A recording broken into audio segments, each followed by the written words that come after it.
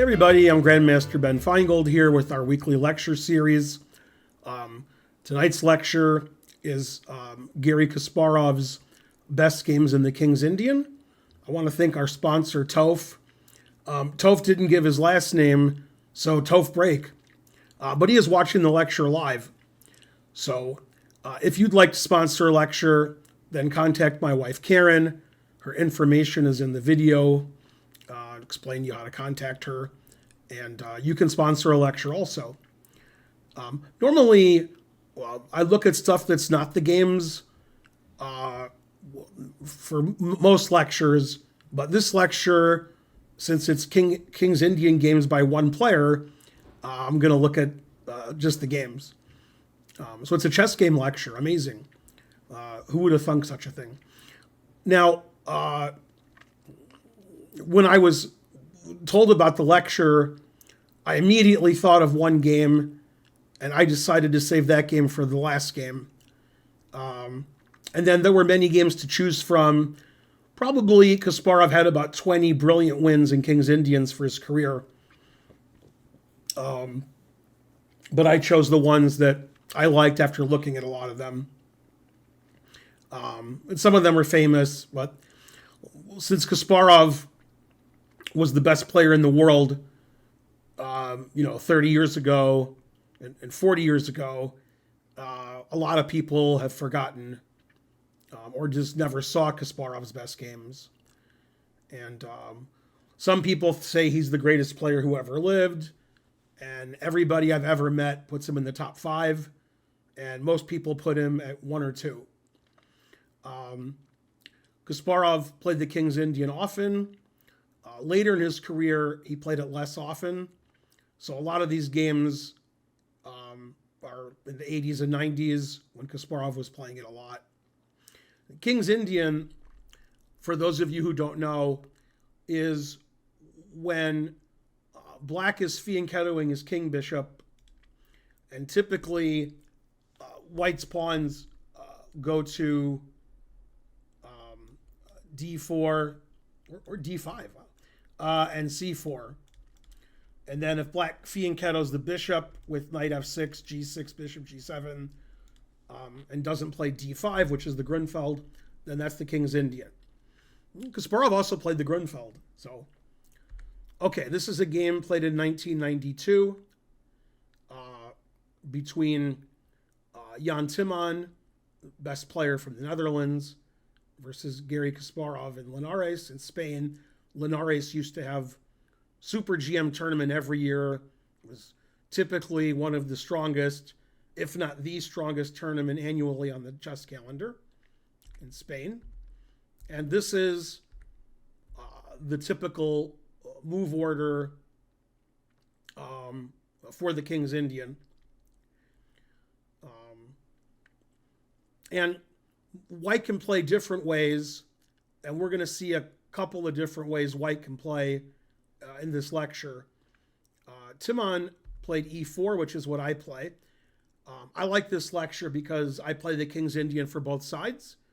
And in one of the Chicago Opens about 10 years ago, in my 7 rounds that I played, I had 6 King's Indians, 3 for white, 3 for black. And I would typically get this position because this is how I play for white also. Okay, now Timman played something that I played when I was a teenager, but I haven't played since. He played the same-ish variation with f3. Obviously, never play f3, so Timman's in trouble. That gives white a big center and also prepares white to play g4 later and attack on the king's side if necessary. Okay, castles. And in this position, Timman played bishop e3, which is the main move. When I was a kid, and I played the same-ish, I played bishop g5, which is less common, and that's sort of the reason I played it. And bishop e3 makes more sense because you're defending the d-pawn, which black can put pressure on by playing c5 and e5 and knight c6 and bishop on g7. E-pawn's not really a concern for white because a pawn's defending it and a knight. And also, in some variations, including this one, white's going to castle queenside, because as you may notice, it's easier for white to castle queenside. White's 2 moves away from castling queenside.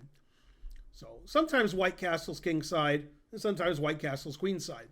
Now Timman is an uncompromising player, so he's going to play whatever is the most aggressive and gives him the best chance for an advantage. Okay, Kasparov played e5. That's one of many moves. Timman played d5. And black wants to play f5 typically in the King's Indian. So Kasparov played knight h5. This way the knight can go to f4 and black can play f5. Occasionally in these variations, black plays queen h4 check. Okay, but this is all their prep. Queen d2 and f5. And white castled queenside. So it's an unusual kind of opening in that black castled kingside and is pushing his kingside pawns, and white's castled queenside and white's pushed their queenside pawns. So it's a little unusual in that way. Kasparov played knight d7. Got to develop your queenside at some point. I find it funny that black hasn't developed the queenside and white hasn't developed the kingside. They were busy.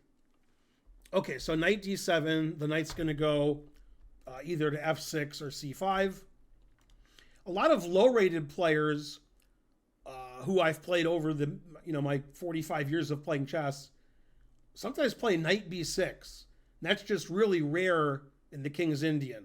It's not really a good square for the knight. So Kasparov's not planning on doing that. Okay, bishop d3. Timman wants to play knight e2, but doesn't want to block his bishop on f1. Knight c5. Bishop takes would be a strategical mistake. It gives up the 2 bishops and gives away all the dark squares. Since white's pawn chain is all on white squares, we need that dark squared bishop on e3. Otherwise, black can dominate by playing knight f4 and getting the bishop to h6. And we don't want to take this knight, so we play bishop c2.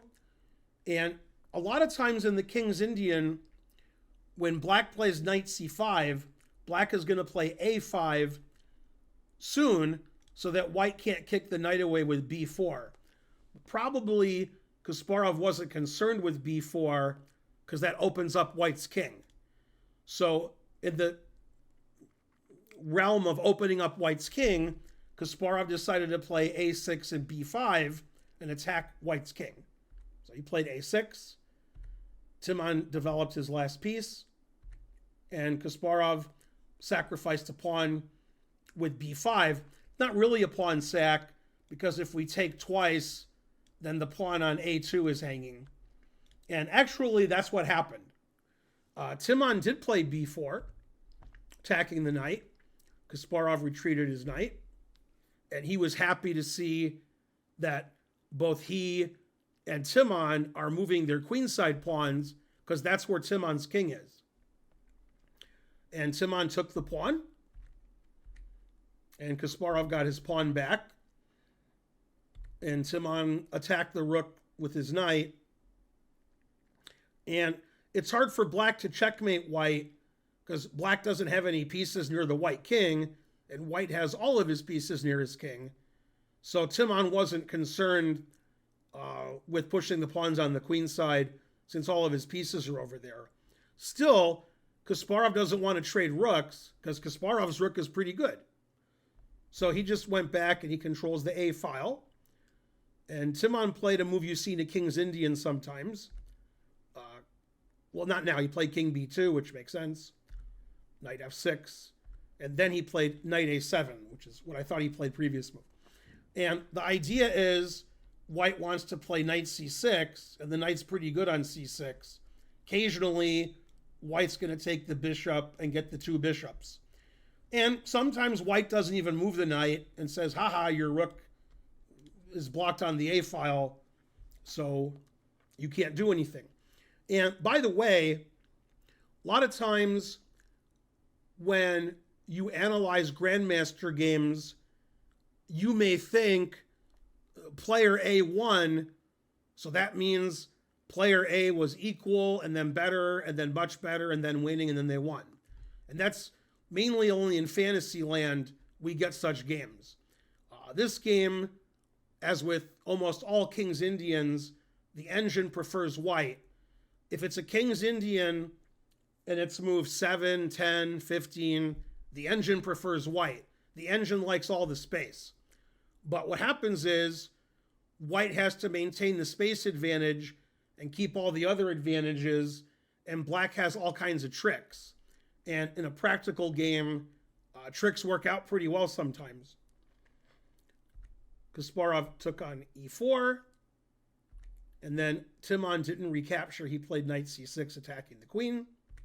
The queen moved to d7, and Timman played g4, which is a bad move, gives away some of his advantage.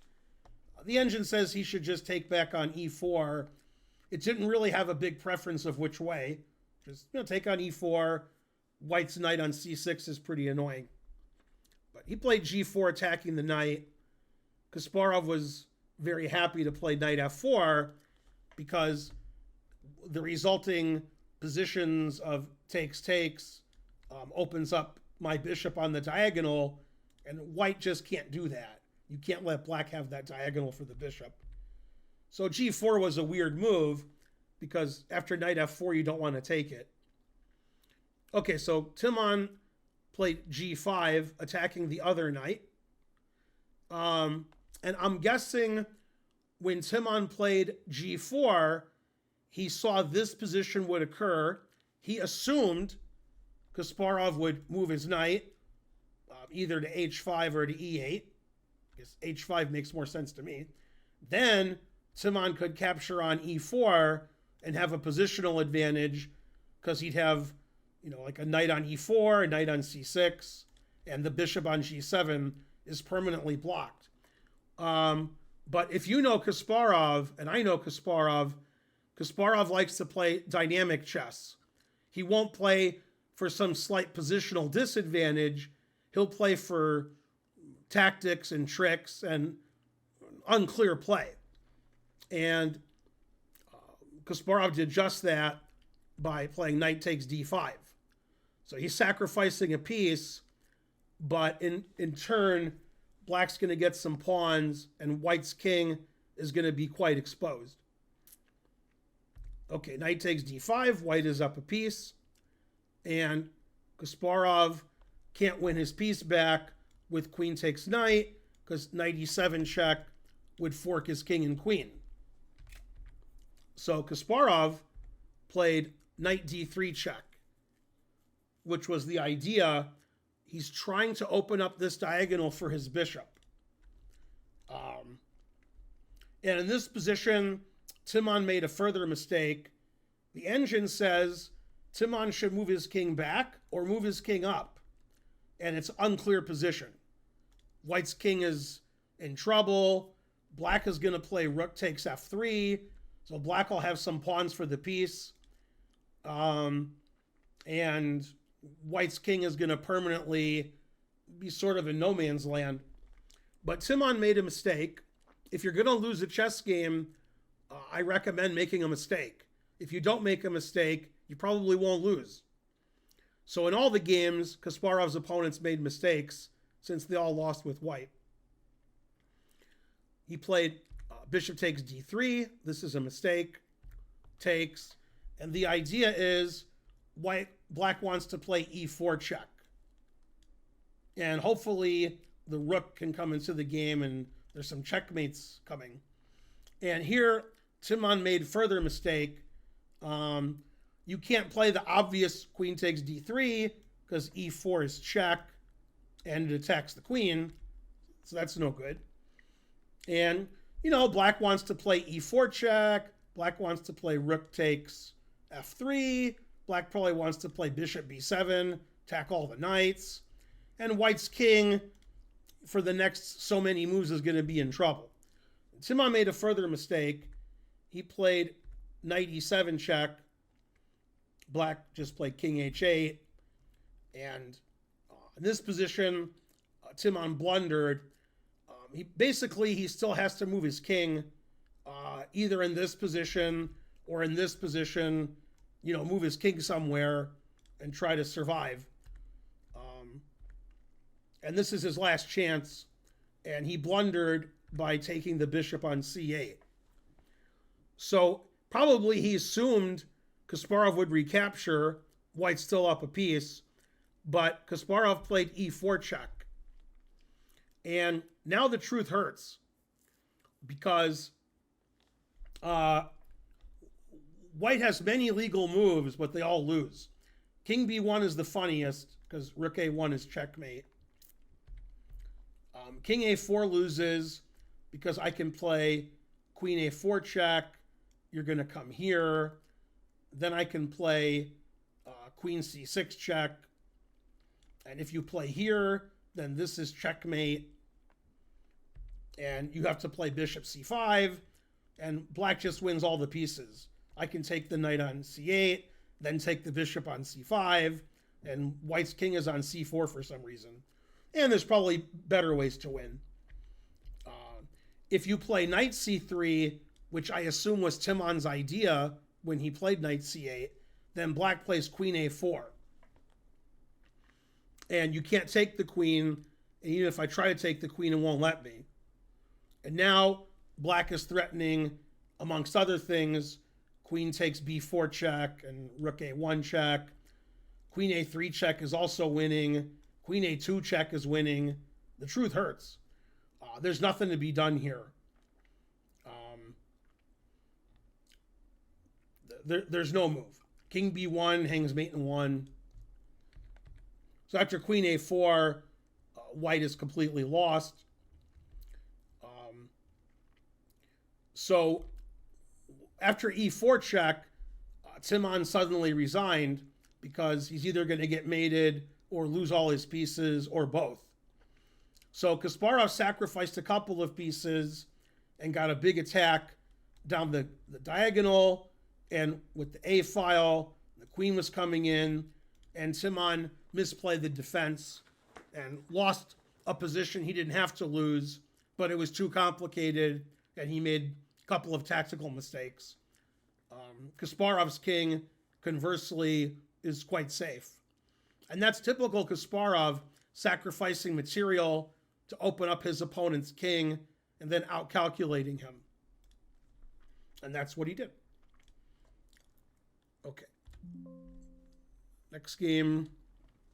Okay, this is Viktor Korchnoi versus Garry Kasparov, played in Amsterdam, 1991. And Korchnoi and Kasparov played many times with both colors, with all kinds of results. But typically, Kasparov did well. And today was no exception.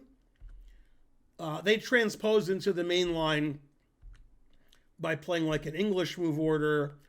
And if white doesn't want to play King's Indian, white can avoid playing d4 and just play g3, bishop g2, castles, and get some kind of English position that looks like a King's Indian or can transpose later. But Korchnoi just transposed into the main line, and we saw this position in the last game. Bishop e2. And in the last game, Timman played the same-ish, so he had all of his pawns on the 4th rank, but Timman played f3, and here Korchnoi played knight f3 on move 1, so it's classical variation. And of all the openings I've played in my life, if you've asked me which position have I had the most with both colors, it would be this one. I've had white and black in this position in slow chess at least 20 times each. Okay, so e5 is the main move. Korchnoi castled. And this is the main line of the King's Indian. Kasparov has many nice victories with the black pieces. And if you turn an engine on, the engine always likes white. White has the big space advantage, and white's not going to fall for tactics later and get checkmated like a human would. So the engine's like white. Okay, knight e1 is one of the main moves. Knight e1, knight d2, and b4 are the three main moves. I've played all of them with white. I won a game in the US Championship in 1994 by playing knight e1 against Boris Kryman. And I've played b4 for most of my career. That's called the bayonet. Okay, so knight e1. White wants to play f3 and solidify his center. Black plays knight d7. Black wants to play f5. Bishop e3, f5, f3. Everybody does what they want to do. f4. Bishop has f2 to drop back. And g5. So white plays on the queen side. Black plays on the king side. And the engine's typically like white, but in practical play, black does reasonably well. Okay, an a4. And this is exactly what I played against Kryman, probably because I knew this game. Knight g6. This piece management on the king's side that Kasparov does is very typical. Knight d3, knight f6, c5. White's winning on the queen's side, black's winning on the king's side. And then h5. Black wants to play g4. So Korchnoi plays h3, defending the g4 square.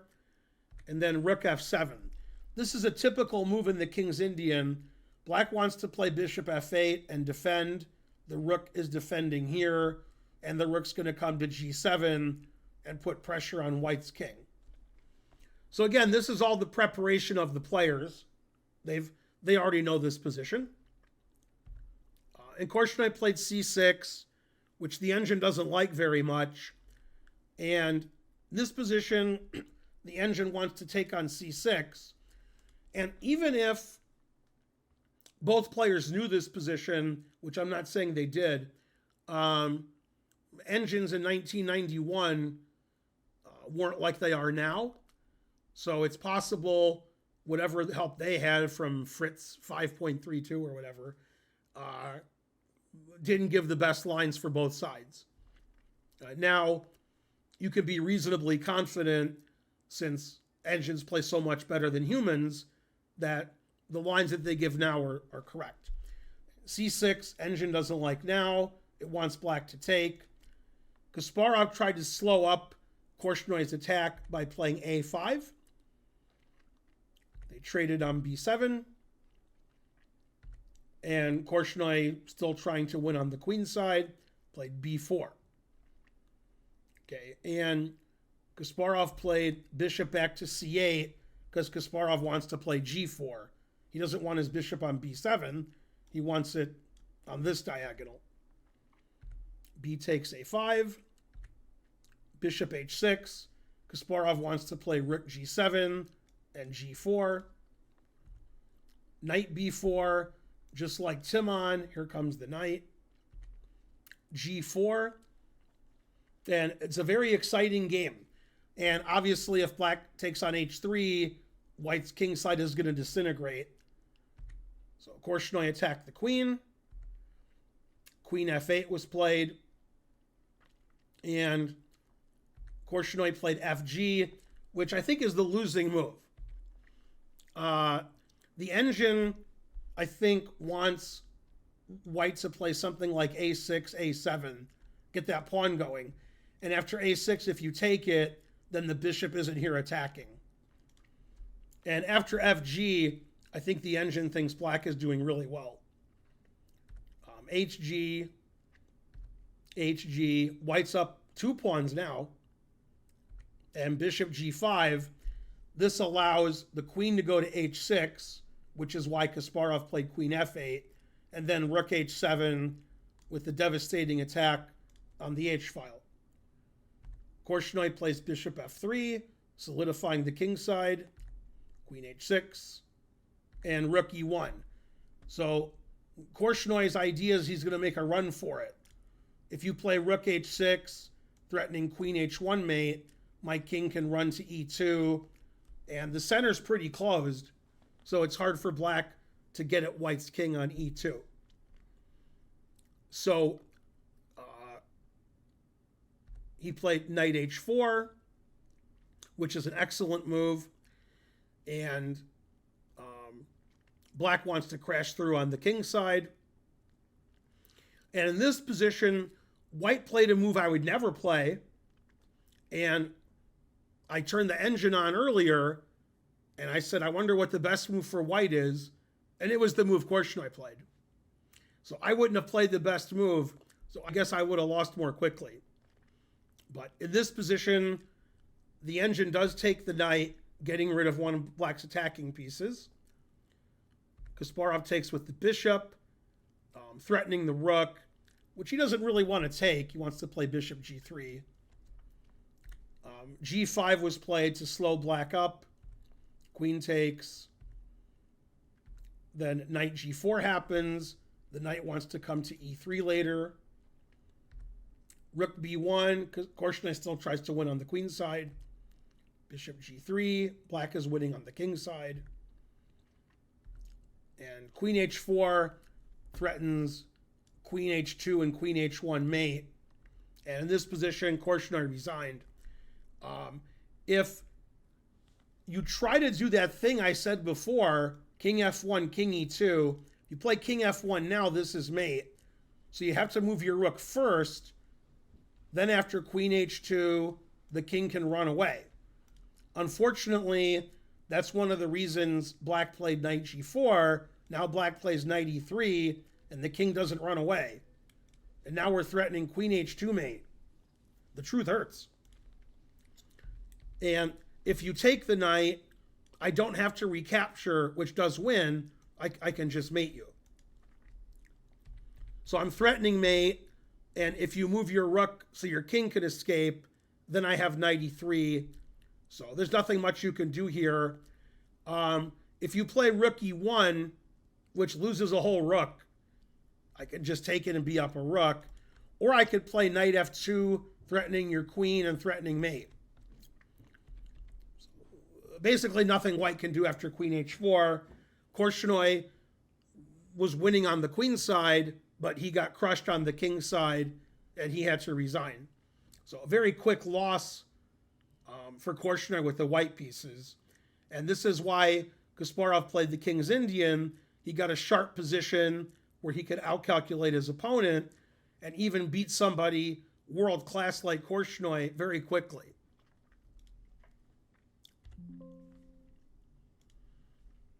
Okay, next game is against a player that I talked about last week in my Icelandic lecture, Icelandic players, Jóhann Hjartarson. I played Hjartarson once and he beat me, so now my only revenge is to show a game that he lost, because I can't beat him now. Terrible. Okay, so they played the same move order as Korchnoi. They got the same position. And Hjartarson, instead of playing bishop e2, like Korchnoi did, played h3. This is another move. White wants to play bishop e3 typically, and stopping knight g4. So knight a6 is one move. Hjartarson played bishop g5, which I'm not familiar with. And both players played sort of sneakily. They didn't do very much. Kasparov played e5, d5, very topical King's Indian structure. Now you can see why black played knight a6. Black's knight wants to go to c5, h6, and knight h5. Kasparov wants to play knight c5, knight f4, f5, all kinds of good ideas. Hjartarson plays knight d2, which attacks the knight on h5. In fact, the engine today just lets white take that and just plays bishop to d7. I don't think engines in 1994, when this game was played, were so advanced as to sacrifice pawns for active play in such a position. Kasparov played more normal move. He just moved his knight to f4, which he wanted to do anyway. And Hjartarson always played bishop f1. So the knight can't take the bishop, and white's going to kick the knight out with g3 soon. And by soon, I mean next move. So, knight c5, knight b3, attacking the knight on c5, b6, kicks the knight out, queen d2, attacking the pawn on h6, king h7, bishop e2, Kasparov retreats his knight, and the engine loves white. The engine says Hjartarson's doing great. g4, it likes g4, and Kasparov played rook b8, and up until now, the engine has always said white's better, it likes white's position, and Hjartarson played f3, never play f3, that's also okay according to the engine, bishop d7, and here I don't want to say Hjartarson made the losing move, but he went down the losing path. And that's because these positions are difficult. Should white castle kingside? Should white castle queenside? Should white play king f2? Should white play h4? I don't know. And during the game, making these kinds of decisions is difficult. And Hjartarson made a bad decision. He played h4. And this position, black is already doing fine now by playing the move h5. And if we play g5, the knight can move somewhere, and black is ready to open up the f file with f6 or f5 and get counterplay on the king side. Or black could play knight c7, knight b5, and try to get the knight to d4. And Hjartarson, against the move h5, had planned to play bishop g5, which is what he played. And he's pinning the knight. And what Hjartarson wants to do is attack Kasparov's king. He wants to take on h5, g takes h, and then white's going to play on the g file and try to attack on the king side. Kasparov unpinned his knight with queen a5, activating his queen. And Hjartarson went astray here, played rook g1. That's a very poor move. Rook b4. Kasparov wants to double up or play rook d4. Hjartarson again makes a bad choice. Bishop takes f6 and g takes h5. Trying to open up Kasparov's king. Bishop h4 check. And if white doesn't want to lose material right away, play king d1, but then rook d4, and if bishop d3, then c4. So he played king f1, bishop h3 check, and it's unfortunate for Hjartarson, he doesn't have an attack against Kasparov's king. Kasparov has an attack against his king. So Hjartarson played excellent chess, got a good position, and then with 3 or 4 careless moves completely ruined it. Rook g2, takes on h5. He wants to play rook g8. The rook can't be protected, so he unpins his rook. Kasparov takes it. Check. Bishop g5 attacking the queen. Kasparov wants to play bishop f4. So Hjartarson sacrifices a pawn so he can activate his bishop. And in this position, I really like the final move of the game. This is my kind of move. So I would have found it because this is my kind of move. But I'm guessing Hjartarson didn't see it. Black has more than one way to force mate, but this is the quickest. And one of my rules is to always retreat. Let's see what the gawking rabble are saying. They're saying always retreat. That's right. Man, the sponsor's pretty smart. Okay, and I wasn't paid to say that. Queen to d8. Okay, and as Yasser would call it, a billiard shot, the queen goes here and is on the way to h4, queen h4 mate. Queen h4 mate is relatively easy to prevent, and Hjartarson did prevent it. The only way he knew how, he resigned. So that game's funny because if we go back like 8 or 9 moves, white's better, white's doing great. Then white decided to open up the king side with h4 and taking on h5, and white just got obliterated. So back to the drawing board for Hjartarson. Position was, Engine liked it in the middle game, and then all of a sudden he lost material and he got checkmated. The truth hurts in the King's Indian. Okay, my favorite game is the last one. This is the one I thought of when the lecture was sponsored. This is Jeroen Piket, second best player in Holland at the time, after Jan Timman, against Kasparov. This was played at Tilburg, which is in the Netherlands, in 1989. And I went to Tilburg with my mom, actually. It might have been 89. Might have been 90 or 91. I don't think it was 89 that I went with her to Tilburg. But I've been to this playing site.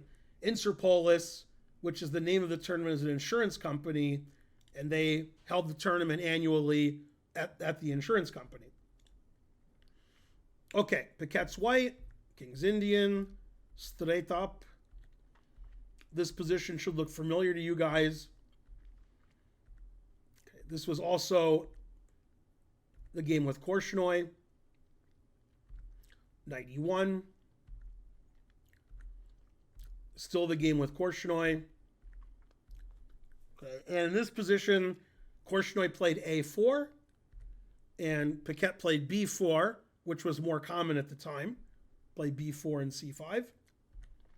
Knight F6, C5, Knight G6. Kasparov plays in the same way. Takes, Rook C1, activating the rook. Rook F7 as before. A4, Bishop F8, A5, Bishop D7, and Knight B5. And now you can see why Black played Bishop F8, defending the pawn on D6. And Black doesn't want to take the knight and give away this bishop, because that bishop is good for Black playing G4 or sometimes sacrificing on H3. So Kasparov played G4 because in this position, the knight is protecting the E4 pawn, and now the knight is not protecting the E4 pawn. So if white plays the obvious F takes G4, we can take the pawn on E4. And white doesn't want to get those double nasty pawns and give away the center E pawn with the great knight on E4.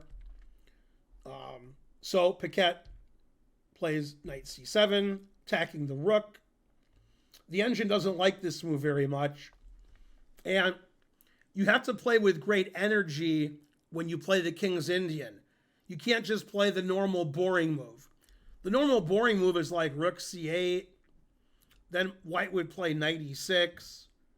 And it's hard for Black to attack when the bishop is blocked and the pieces are getting traded, your queen's attacked, so forth. So Kasparov just ignored his rook and played G3. And this is the engine move, the engine today. And this position, Piket made a mistake, but I don't blame him. The engine takes the pawn on G3, but Piket took a rook instead. I don't know if he missed Kasparov's next move or underestimated it. If I was white, I would be calculating taking the bishop with check and then taking the knight. And after Black does that, Black's attack on the king's side is more or less over. And white can take over on the queen's side. And it's very difficult for Black's bishop on F8 to get active. Kasparov played the best move, knight H5. So he doesn't take the knight. He doesn't take the bishop. He wants to play queen H4 and checkmate his opponent. With the bishop on D7, often H3 runs into bishop H3 sacrifices, especially when the Black queen is on H4. Okay, so Piket played king H1, which the engine agrees with, And the idea is, if you play queen h4, then I can play bishop g1 and defend my king.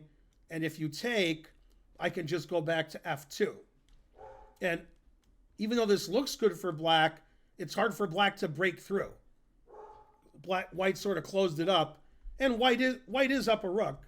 So, okay, so king h1 is the best move. Kasparov took on f2, which is also the best move. Rook f2, and knight g3 check.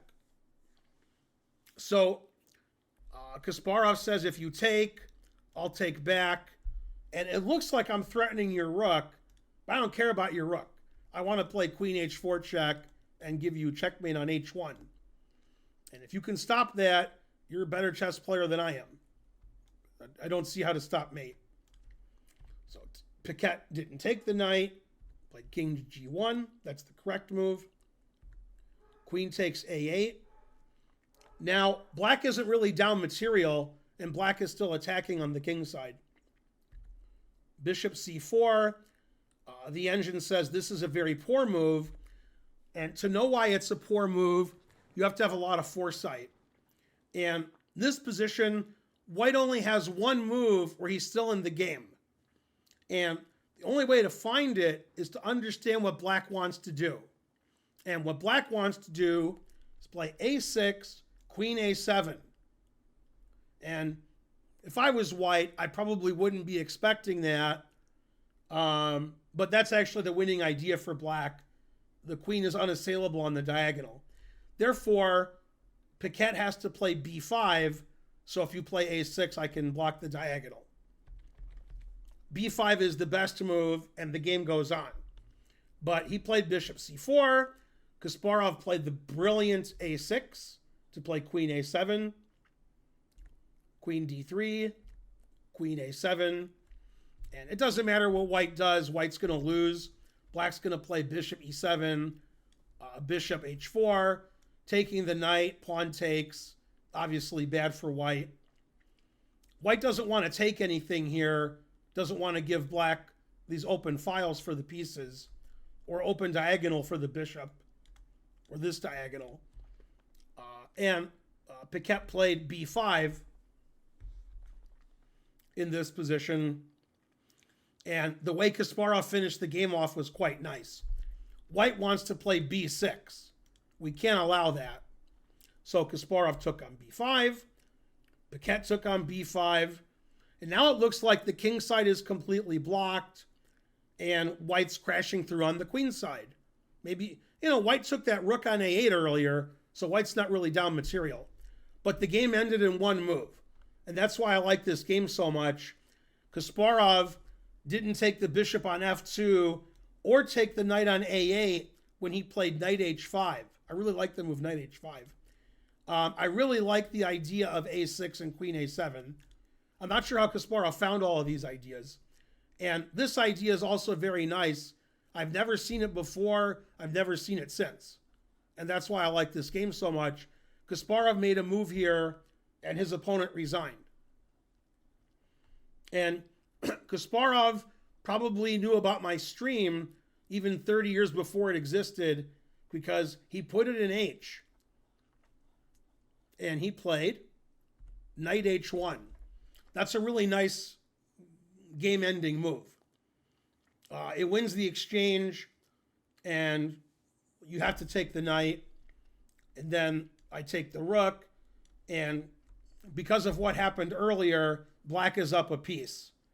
And black is still going to attack later, but white doesn't have any counterplay that would give him a passed pawn or any kind of defense. So after knight h1, Piket resigned. I thought that was a nice final move, and it really shows you the power of a6 and queen a7. And it shows you when you're attacking on one side of the board, sometimes you're attacking from the other side of the board. The queen on a7 is doing a good job attacking the white king on g1. So those were four of Kasparov's greatest King's Indian wins. I really enjoyed those games. And this is the game I thought of right away when the lecture was suggested by our sponsor, Toph. Want to thank him.